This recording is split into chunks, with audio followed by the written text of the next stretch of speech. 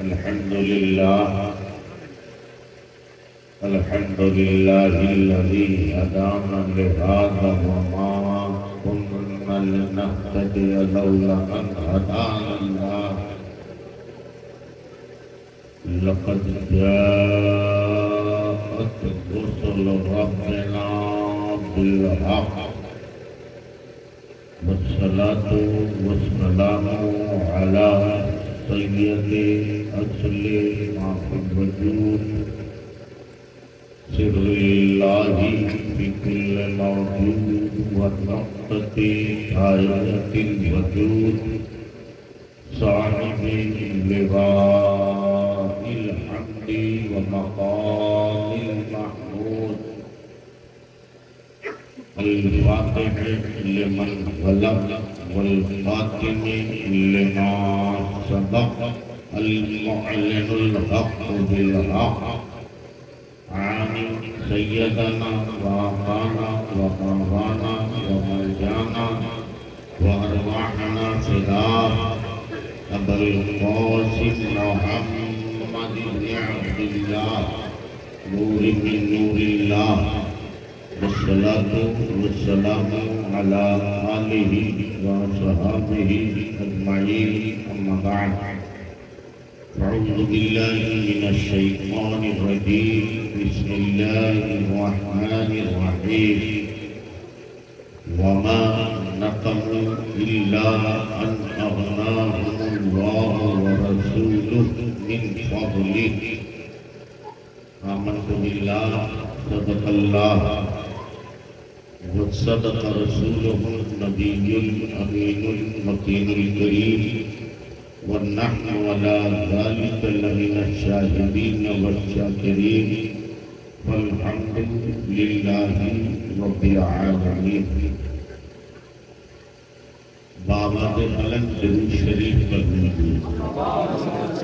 اللهم صل على سيدنا مولانا محمد بارك وسلم طب القلوب وتوابها وعافية الأبدان وشفائها ونور الأبصار وضيائها.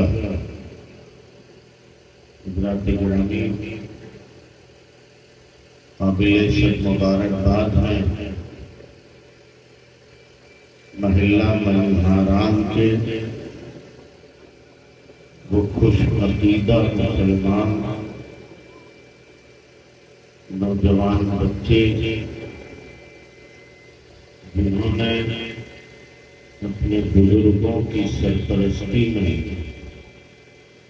آج کی اس مبارک رات میں اپنے آقا و مولا جناب محمد رسول اللہ صلی اللہ علیہ وسلم کی آمد کا یہ شاندار اجلاس منعقد کیا ہے.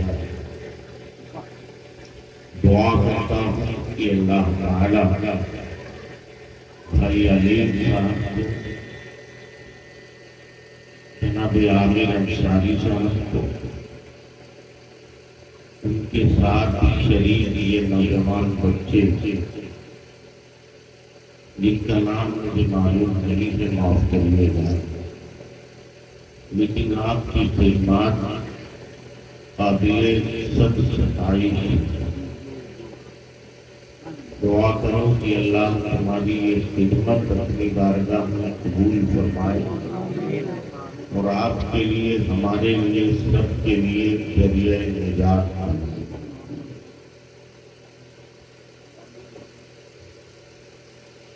آپ کا پیغام عالم اجل فاضل بے بدل حضرت علامہ استاد الشعراء مولانا زین العابدین صاحب قبلہ حفظہ اللہ تعالی، جو ہمارے بڑے دیرینہ رفیق ہیں، وہ مجھ سے اور میں ان سے بے پناہ محبت کرتے ہیں. ان کا حکم مجھے پہنچا، اگرچہ میں اس حالت میں نہیں تھا. پچھلے کچھ دنوں سے مجھے عارض قلب یعنی دل کی کچھ تکلیف کا عارضہ تھا. میں نے انجیوگرافی کرائی. اب اللہ کے فضل سے کافی آرام ہے. لیکن آپ دعا کریں کہ اللہ مجھے صحت عطا فرمائے. حضرت کا حکم تھا، ان سے کیا ہوا وعدہ تھا، اور یہ رسول اللہ کی آمد کی محفل تھی. اس لیے میں انکار نہ کر سکا اور آپ کی بد میں محبت میں حاضر ہوں. میں شکریہ ادا کرتا ہوں بھائی محمد عامر خان صاحب کا، جو حنظلہ انٹرپرائزز کے مالک ہیں. انہوں نے مجھے شہر میں کئی مرتبہ سنا اور شاید میری کجمج باتیں انہیں پسند آئی اور وہاں بھی اس محفل میں تشریف رکھتے.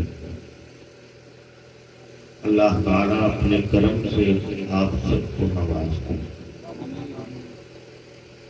آپ کے محلے کے خطیب و امام حضرت حافظ و قاری محمد ہاشم اسلم صاحب کو، حضرت مولانا محمد اسلم صاحب قبلہ عزیز احمد بہو،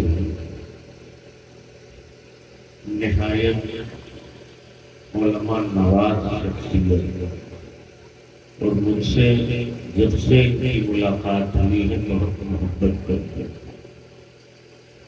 اللہ تعالیٰ ان کا فیضان عام ہوتا ہے. نتیجہ اجلاس میں بڑی شاندار نقابت، روح پرور نقابت کے فرائض انجام دیے. اللہ کی زبان میں اور تاثیر اور روانی پیدا کرنا. تھوڑی دیر کے لیے میں حاضر ہوں. ظاہر سی بات ہے بیماری کے بعد اس لب و لہجے میں میرے لیے تقریر کرنا مناسب نہیں. ڈاکٹروں نے منع کیا، لیکن میں کوشش کروں گا کہ میں تمام باتیں ضروری دلائل کی روشنی میں اپنے بچوں کو بتا کے جاؤں. ویسے بھی میں تقریر کے منبر کو سیر و تفریح ہنسی مذاق کا منبر نہیں تصور کرتا. میں اسے منبر رسول مانتا ہوں، جہاں سے قرآن مقدسہ، احادیث نبویہ، اسلاف کے اقوال، بزرگوں کے واقعات قوم کو تبرک کے طور پر بانٹے جائیں. اور آج ضرورت بھی اس چیز کی ہے کہ ہم حقائق اور دلائل کی روشنی میں اپنے بچوں کو اپنا دین سمجھائیں، اپنا مذہب سمجھائیں. حضرت مولانا زین العابدین صاحب حفظہ اللہ شہر میں اور بیرون شہر جو شعراء ہیں، ان میں سے نہ جانے کتنوں کے استاد اور دادا استاد ہیں. میں جب خود پڑھتا تھا مولوی کلاس میں، تب سے مولانا زین العابدین صاحب نعت شریف ہے، اور آج بھی ان کا لب و لہجہ الحمدللہ بڑا اچھوتا ہے. اللہ تعالیٰ ان کو اور ان کے ادارے کو سلام.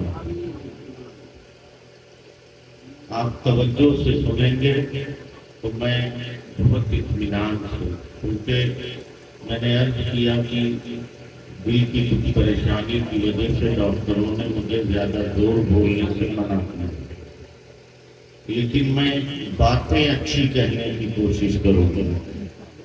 اگر آپ کے دل میں وہ اثر کریں تو سبحان اللہ ضرور کہیں.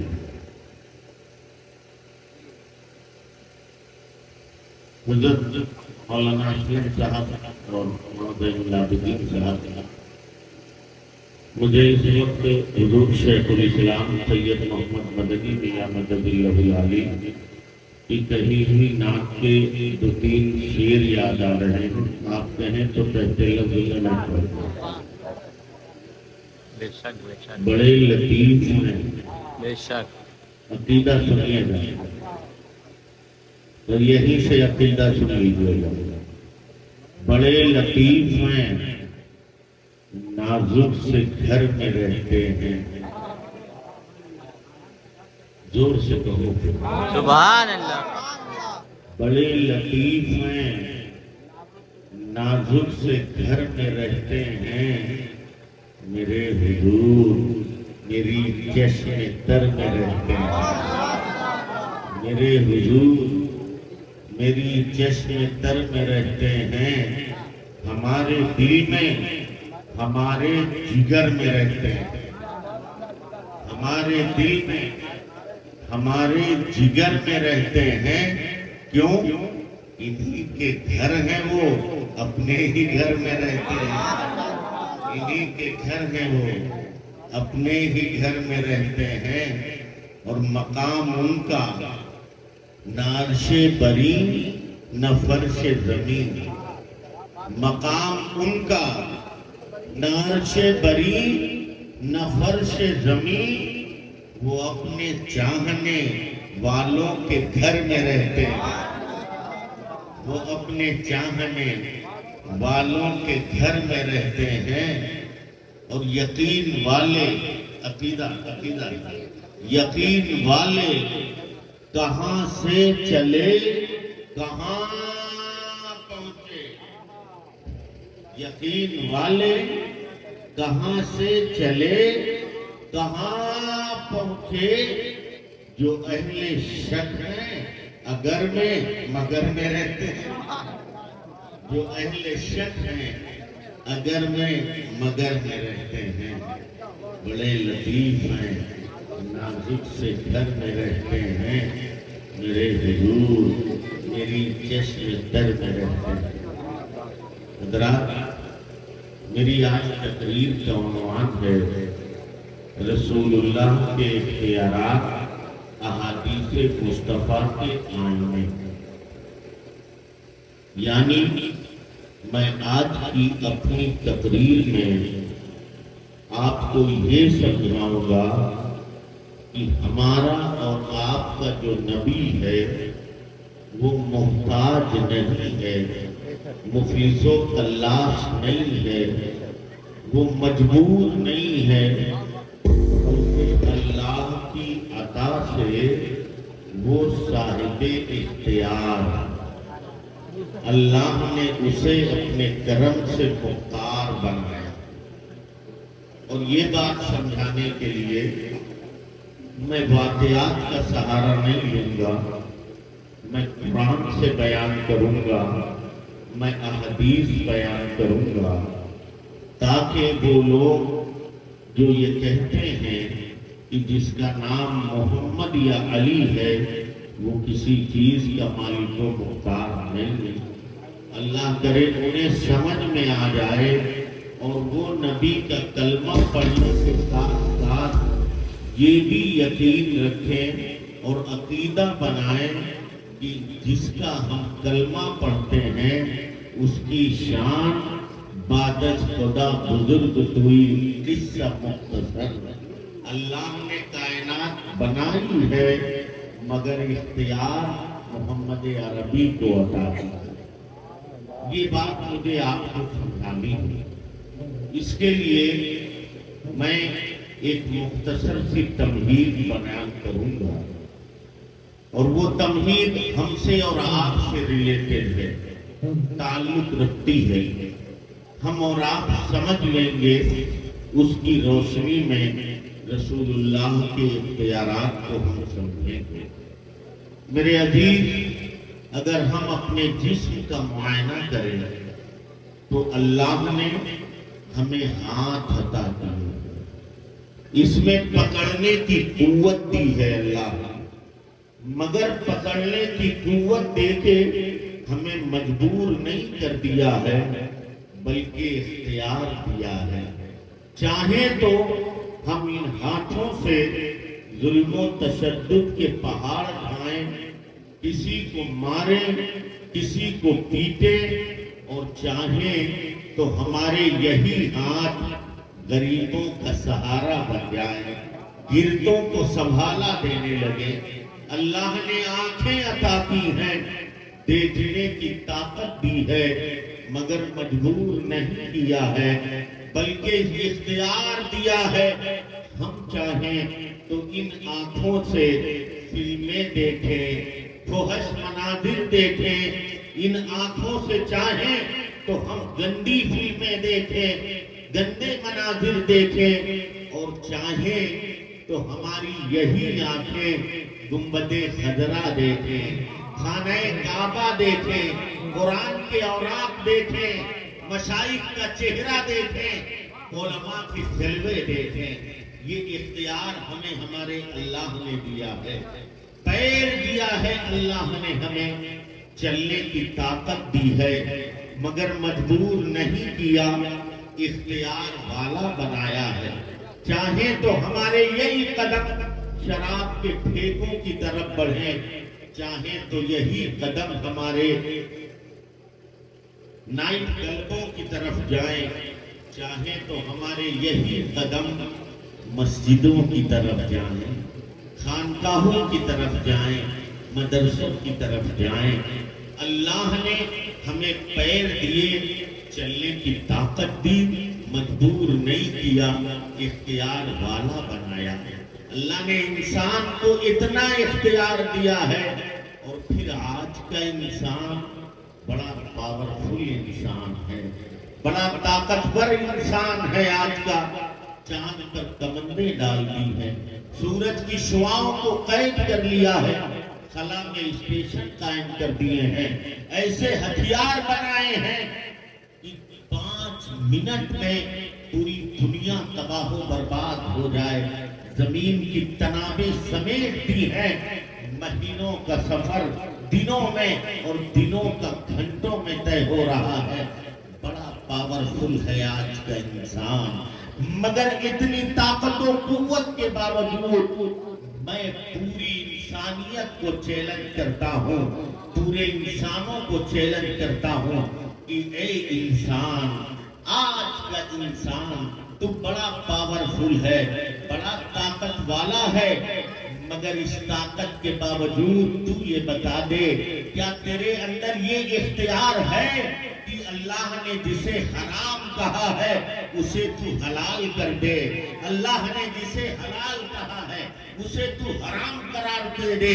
پوری دنیا کے سامنے یہ چیلنج ہوگا، پوری دنیا بے کس نظر آئے گی، مجبور نظر آئے گی، محتاج نظر آئے گی، مگر جہاں ساری دنیا کے انسان محتاج نظر آئیں گے، وہیں ہمارے آقا صاحب اختیار نظر آئیں گے۔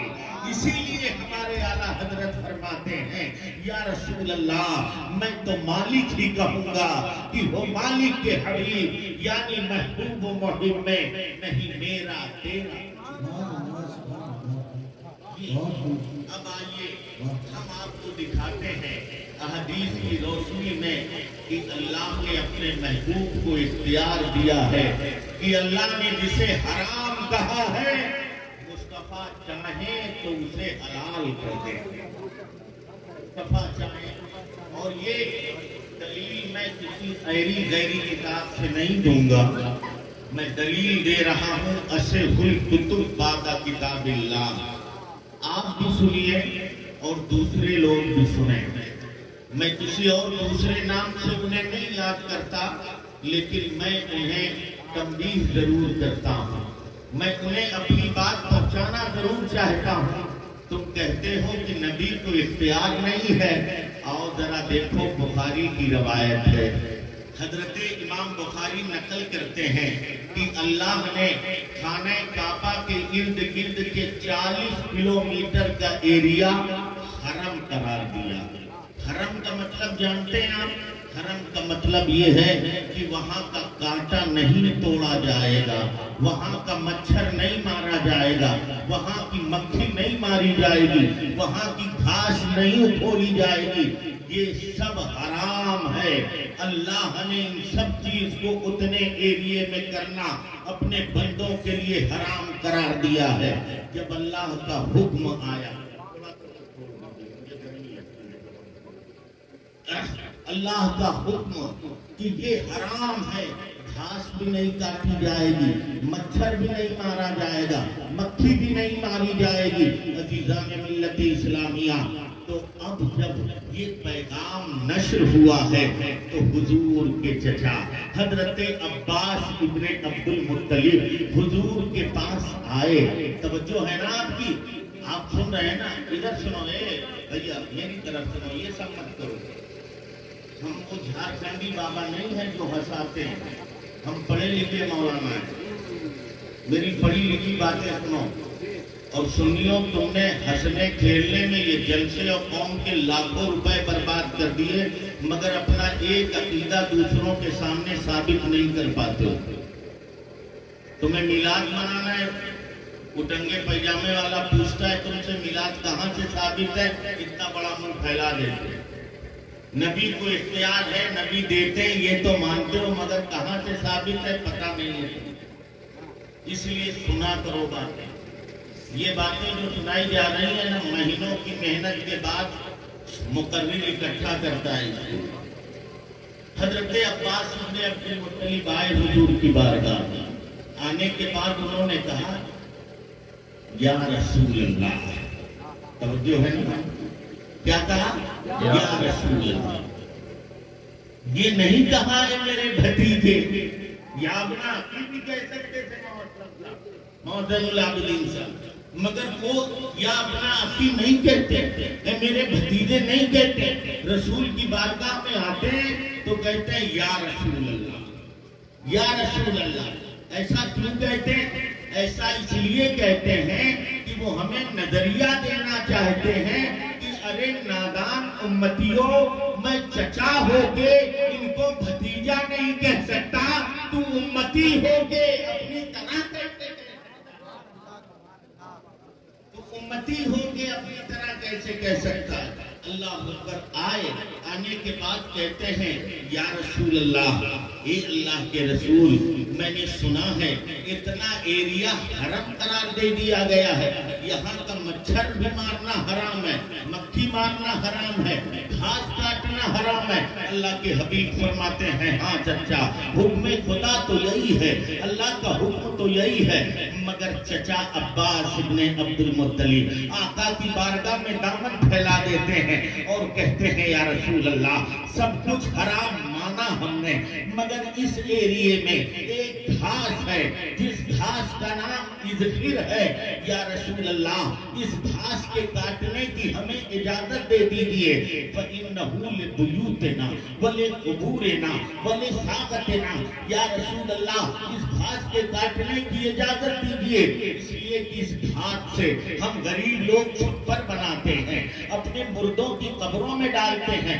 ہمارا سونار اس سے سونا پگھلاتا ہے، یا رسول اللہ اس گھاس کے کاٹنے کی اجازت دے دیجئے۔ تو دیکھو مصطفیٰ نے یہ نہیں کہا کہ چچا یہ حرام تو اللہ نے کہا ہے، میں تمہیں کاٹنے کی اجازت کیسے دے دیتا ہوں؟ نہیں، میں تو نہیں دے سکتا۔ اچھا تم نے کہا ہے تو ٹھہرو، ذرا میں دعا کرتا ہوں، جبریل کے آنے کا انتظار کرتا ہوں۔ نہیں نہیں، مصطفیٰ نے یہ نہیں فرمایا، بلکہ جب چچا نے کہا اللہ کے حبیب اس گھاس کے کاٹنے کی اجازت دے دیجئے، تو مصطفیٰ فرماتے ہیں، بخاری کی حدیث ہے، اِلَّا الْإِذْخِرِ اِلَّا الْإِذْخِرِ اِلَّا الْإِذْخِرِ، چچا اس گھاس کا کاٹنا حرام تھا، مگر جب آپ نے کہا ہے ضرورت ہے تو چاہیے، میں مصطفیٰ ہو کر اس گھاس کے کاٹنے کی اجازت دیتا ہوں، گھاس کے کاٹنے کی اجازت دیتا ہوں۔ اعلیٰ حضرت سرکار فرماتے ہیں حکم نافذ ہے تیرا، خامہ تیرا سیف تیری، دم میں جو چاہے کرے دور ہے یہ اختیار ہے مصطفیٰ کا، یہ پیارے آقا کا اختیار اختیار ہے. اللہ نے جسے حرام کہا تھا اللہ کے کرم سے اور عطا سے مصطفیٰ نے اسے حلال کر دیا. یہ اختیار نہیں تو اور کیا ہے. اور آگے بڑھیے آپ. میں آپ کو ایک اور حدیث سناتا ہوں, بڑی پیاری حدیث ہے اور وہ حدیث کی صحیح ستہ کی حدیث ہے. ابو داؤد شریف کتاب کا نام ہے, سنو میں ریفرنس دے رہا ہوں, حوالہ دے رہا ہوں. ابو داؤد شریف ہے. ابو داؤد شریف میں ایک روایت ہے. روایت یوں ہے کہ ایک صحابی رسول اللہ کی بارگاہ میں آئے. آنے کے بعد کہتے ہیں یا رسول اللہ میں نکاح کرنا چاہتا ہوں, آپ اجازت عطا فرما دیجئے.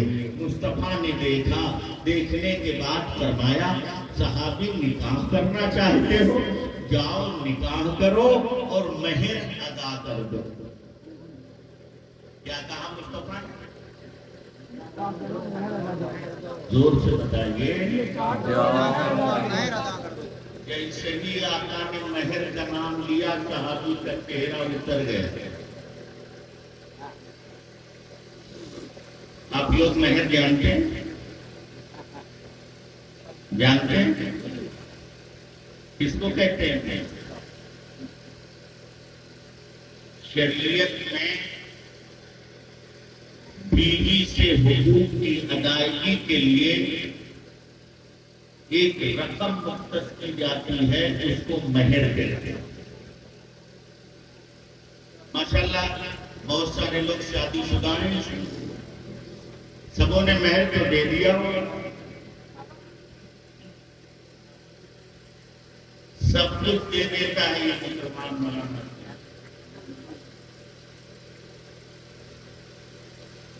مگر میں نہیں دے. 55,000 کی روائی سے آتش بازی کر دے گئے, 25,000 کا بھانگڑا کر دے گئے, لاکھوں کا کھانا کر دے گئے. مگر جب نکاح کی اسٹیج پر قاضی کے سامنے بچہ بیٹھتا ہے تو قاضی سب گھر کے پیچھے مہر کتنا رہے گا, تو یہ بیچارے پیلے سے لال سا رومال ابا جانے ابے کم وقت مہر تجھے دینا ہے کہ تیرے باپ کو دینا ہے. ابا جانا, ابا بلائے جائے گا. ارے مولانا صاحب وہی باندھ دو, ہماری تو 51 روپیہ بنی تھی, اس کی 5,000. وہ لوگ بھول جاتے ہیں کہ ان کے زمانے میں جو 51 روپے تھے آج کے 50,000 سے زائد, مگر وہ 5,000 بنواتے. پھر قاضی صاحب پوچھتے ہیں بھائی نقد رہے گا کہ ہاں, تو ابا جی کہتے ہیں محترم صاحب ارے حضرت وہی باندھ لو, وہی باندھ لو, یعنی ادار. اب ادار باندھ دیا تھا. جب ادار باندھ دیا لڑکا پہلی رات گیا اور بیوی کے سامنے ہاتھ باندھ کے کھڑا, محترمہ مہر معاف کر دی. ارے ظالموں, اللہ نے فرماتا ہے الرجال قوامون علی النساء, مرد عورت کا حاکم ہے. حاکم اپنی رعایا سے اپنے حقوق معاف نہیں کراتا ہے, اچھا حاکم اپنی رعایا کو اس کا حق دے دیتا ہے.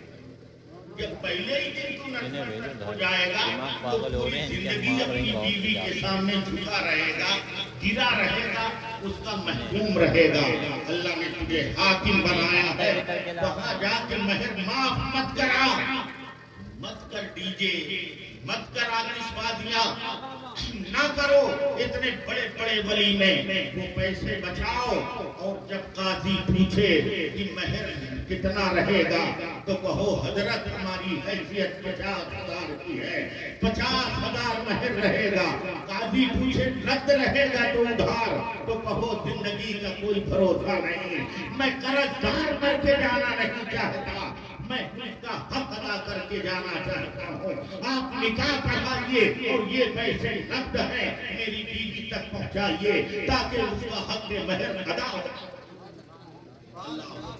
اچھے لوگ یہ کیا کرتے ہیں, سچا مومن یہ کیا کرتا ہے, مگر واہ سے ہاں ہے صد ہے افسوس صد افسوس ان مسلمانوں پر، رسول اللہ کے ماننے والوں پر۔ یہ ڈی جے تو کرتے ہیں، یہ بھانگڑے کا انتظام تو کرتے ہیں، یہ طوائفوں اور نچنیوں پہ لاکھوں روپے لٹاتے ہیں، یہ نام و نمود کے لیے نہ جانے کتنے ولیمے میں جتنی ضرورت نہیں ہے اس سے زیادہ روپے خرچ کرتے ہیں، اور اللہ اکبر ولیمہ بھی کس کو کھلاتے ہیں؟ انہیں توفیق نہیں ہوتی ہے کہ محلے کا غریب آ جائے، شہر کا غریب آ جائے، رشتہ داروں میں جو غریب ہے وہ آ جائے۔ یہ ولیمہ کرتے ہیں، نیتا آئیں گے، ابھینیتا جی آئیں گے، بڑے بڑے مالدار آئیں گے، ارے ظالموں انہیں بھی بلاؤ، میں منع نہیں کرتا، انہیں بھی اضافت کرو، ان کو بھی حق ہے، اس لیے کہ یہ کوئی ایسا کھانا نہیں ہے جس پر غریبوں کا حق ہو، مگر ان مالداروں کو کھلانے سے پہلے کبھی رکشہ چالک کو بلا کے لا کے کھلا دو۔ اللہ اکبر، جب تم کسی غریب کو اپنا ولیمہ کھلاؤ گے تو مدینے میں مصطفیٰ خوش ہو رہے ہوں گے، مدینے میں مصطفیٰ خوش ہو رہے ہوں گے، اس لیے کہ تو مصطفیٰ کی سنت ادا کر رہا ہوگا۔ کسی صحابی نے پوچھا تھا مصطفیٰ سے، ایُّ الاسلام افضل یا رسول اللہ، اللہ کے حبیب پیارا اسلام کیا ہے، بہترین اسلام کیا ہے؟ مصطفیٰ تم بتا دو بہترین اسلام کیا ہے؟ تو مصطفیٰ نے کہا تھا اطعام الطعام وافشوا السلام، اے میرے امتیوں بہترین اسلام یہ ہے کہ بھوکوں کو کھانا کھلاؤ اور لوگوں کو سلام کیا۔ اللہ کے حبیب نے مجھے یہ اسلام دیا تھا، آپ کو یہ اسلام دیا تھا، ہم نے کیا کر دیا ہے؟ ہم نے تو سمجھا ہے کہ اسلام بس نماز پڑھنے کا نام، ہم نے سمجھا اسلام روزہ رکھنے کا نام، نہیں، اسلام کے شعبہ عبادت کے یہ اہم ارکان ہیں۔ نماز بھی پڑھیے مگر اسلام پوری زندگی کو گھیرے ہوئے ہے، تم چلو تو اسلام کے آئینے میں، تم اٹھو تو اسلام کے آئینے میں، تم بیٹھو تو اسلام کے آئینے میں۔ کتنی پیاری بات کہی ہے مصطفیٰ نے، کتنی پیاری حدیث ہے مولانا اسلم صاحب۔ اللہ کے حبیب فرماتے ہیں الدنیا سجن للمومن، دنیا مومن کے لیے قید خانہ ہے، وہ جنت للکافر، اور کافروں کے لیے جنت ہے۔ اللہ اکبر، جب میں نے یہ حدیث کو پڑھا تو میں سوچنے لگا یا اللہ، دنیا مومنوں کے لیے قید خانہ ہے اور کافروں کے لیے جنت ہے، یہ کیا مفہوم؟ لیکن جب اپنے بزرگوں کی بارگاہ میں حاضر ہوا تو ہمارے بزرگوں نے بڑی پیاری توجیہ کی، کہا سنو، مصطفیٰ نے دنیا کو قید خانہ کہا ہے، توجہ ہے؟ آپ دور ہو رہے ہیں، کو لگتا ہے سن رہے ہیں، غور سے تو ہاتھ اٹھا کے ذرا بتا دیں آپ، بیچ بیچ میں ذرا سبحان اللہ الحمدللہ کہہ دیا کریں۔ دوسری اللہم صلی وسلم علی سیدنا صلاۃ و سلام علیک یا رسول اللہ، صلاۃ و سلام علیک یا رسول اللہ۔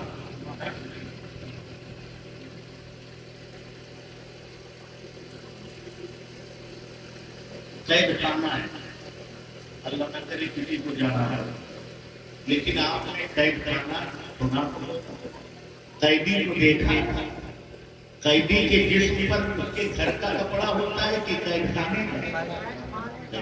ہاتھوں میں ہتھکڑی گھر کی ہوتی، قید خانے، پیروں میں بیڑیاں، قید خانے، گلے میں توق، قید خانے، پلیٹ میں کھانا، قید خانے کا۔ اللہ اکبر کبیرہ، کتنا پیارا بیان ہے ہمارے آقا کا۔ فرمایا اے میرے امتیوں، اے مومنوں، تم دنیا میں آزاد نہیں ہو، تم دنیا میں قیدی ہو۔ دنیا کا قیدی جیل میں جاتا ہے تو اس کے ہاتھوں میں لوہے کی ہتھکڑیاں ہوتی ہیں۔ اے میرے امتیوں، وہ لوہے کی ہتھکڑیوں کا قیدی ہے، تم میری زلفوں کے قیدی ہو۔ تمہارے ہاتھوں میں میرے قانون کی ہتھکڑیاں ہوں، تمہارے پیروں میں میرے قانون کی بیڑیاں ہوں، تمہارے قیدوں میں، گلے میں میرے قانون کا توق ہو۔ جب وہاں کا قیدی باہر جاتا ہے تو زمانہ پہچان لیتا ہے یہ قیدی جا رہا ہے، یہ قیدی جا رہا ہے، تو مصطفیٰ کہنا چاہتے ہیں اے میرے ماننے والوں، تم زندگی ایسی بنا لو کہ جب تم دنیا کی شاہراہوں میں چلو تو تمہیں دیکھ کے زمانہ کہے یہ مصطفیٰ کا دیوانہ جا رہا ہے۔ ڈاکٹر اقبال یاد آتے ہیں، دیوان گانے عشق محمد کو دیکھ کر گھبرا گئی ہے گردش دورہ، کبھی کبھی گردن میں ہار ڈالے ہیں ماہوں نجوم نے، گزرا ہے ان حدوں سے مسلمان۔ بات دوسری طرف چلی جائے گی، مہر ادا کیا کرو، شادیاں سستی کرو، اپنے مدرسے مضبوط کرو، اپنے مدرسے مضبوط کرو اور اپنے بچوں کو تعلیم دلاؤ، ایجوکیشن دلاؤ۔ خود بھوکے رہو مگر بچوں کو پڑھاؤ۔ عجیب بات ہے ہماری قوم، ہماری قوم جانتے ہیں کیا کرتے ہیں؟ آپ جانتے ہیں ترقی یافتہ قوموں کے بچوں کے ہاتھوں میں ہلکی انگلیاں نہیں ہوتی، ان کے ہاتھوں میں پنچر جوڑنے والا رنچ نہیں ہوتا، ان کے ہاتھوں میں گاڑی کی اسٹیئرنگ نہیں ہوتی، ان کے ہاتھوں میں سلائی مشین کی سوئی نہیں ہوتی ہے۔ جو قومیں ترقی کرتی ہیں ان کے بچوں کے ہاتھوں میں قلم کہ بچوں کے ہاتھوں میں قلم ہوتا ہے۔ قلم کی طاقت کو شاید تم نہ سمجھتے ہو مگر قلم کی طاقت ایسی طاقت ہے کہ ایک نو کے قلم سے زندہ آدمی کو سولی پہ چڑھایا جا سکتا ہے اور سولی پہ چڑھے ہوئے آدمی کو اس سے اتارا جا سکتا ہے۔ بڑی طاقت ہے قلم، اپنے بچوں کے ہاتھوں میں قلم۔ اسی لیے اللہ اکبر کبیرہ بڑا افسوس ہوتا ہے قوم کو دیکھ کے، یہ مت کرو یار،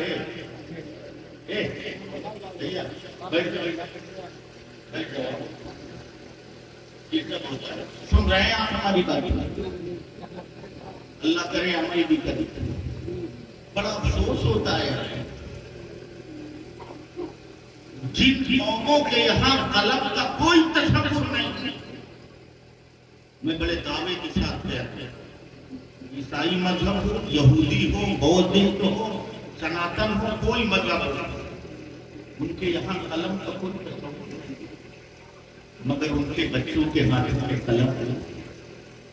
افسوس اس مسلمان پر جس کی مذہبی کتاب قرآن میں پوری سورہ قلم موجود ہے مگر اس کے بچوں کے ہاتھ قلم سے کھائے۔ تم بغیر ہاتھ میں قلم لیے ہوئے زمانے میں ترقی نہیں ہے۔ زمانے میں ترقی کرنا ہے تو اپنے بچوں کے ہاتھوں میں قلم لو۔ تم دردوزی کا کام کر رہے ہو، مبارک تمہیں، میں منع نہیں کرتا، مگر فرق آباد کے زندہ دل مسلمانوں تم یہ سوچو کہ یہ ہمارے باپ دادا کا ورثہ ہے، یہ چند دن میں سیکھ لے گا، مگر اس کے جوان ہوتے ہوتے ہم اس کے ہاتھوں میں قلم لیں گے۔ قلم دے، قلم کی بڑی طاقت ہے، اس کی اپنی اہمیت ہے۔ ذرا سوچو تو صحیح، جب مصطفیٰ دنیا میں آئے تھے تو کل 17 لوگ پڑھے لکھے تھے جن کے ہاتھوں میں قلم تھا، مگر مصطفیٰ جب دنیا سے پردہ کرتے ہیں تو 1,24,000 ہاتھوں میں قلم دے دیا اور اس شان کے ساتھ قلم دیا ہے کہ فرمایا اصحابی کالنجوم بأیہم اہتدیتم اہتدیتم، یہ میرے صحابہ ہیں جس کی پیروی کر لوگے نجات پائیں۔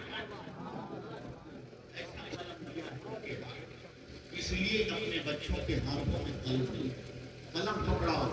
میلاد مصطفیٰ کا صدقہ تمہیں ملا، مصطفیٰ کی آمد کی خیرات ملی ہے تمہیں، یہ مصطفیٰ کی آمد پر لنگر لٹاؤ، تمہیں حق ہے، خوشیاں مناؤ، تمہیں حق ہے، مگر خوشیاں اپنا کہاں مناتے؟ لنگر کہاں لٹاتے؟ لنگر اپنے لوگوں میں، اپنی آباد جہاں روز بریانی کھاتے ہو ان کو ایک دن اور بریانی کھلا دیا تھا. اگر تمہیں رسول اللہ کی میلاد منانی ہے تو میں تمہیں ایک طریقہ بتاتا ہوں. مت کھلاؤ انہیں بریانی, مت کھلاؤ انہیں لنگر, ایسا اکٹھا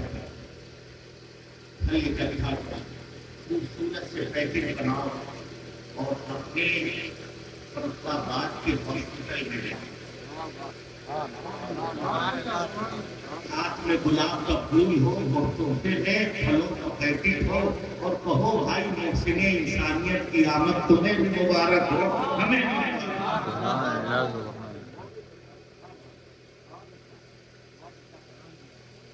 اس طرح نبی کی آمد کا جشن مناؤ اور بالکل نبی کی آمد کا جشن اس طرح مناؤ گے تو انشاءاللہ العزیز زمانہ محسوس کرے گا کہ یہ مصطفیٰ کے دیوانے, یہ رحمت العالمین کے دیوانے. میرے بھائی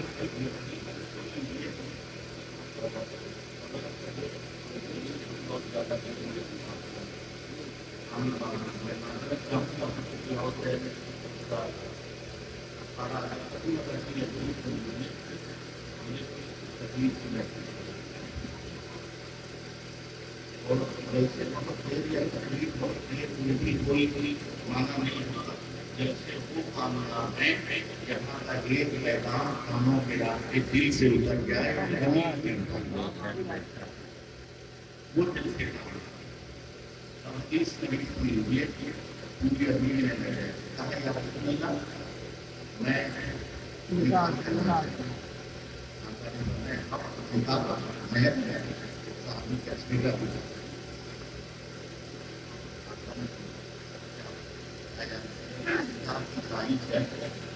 مگر میں نے تیری پیش کری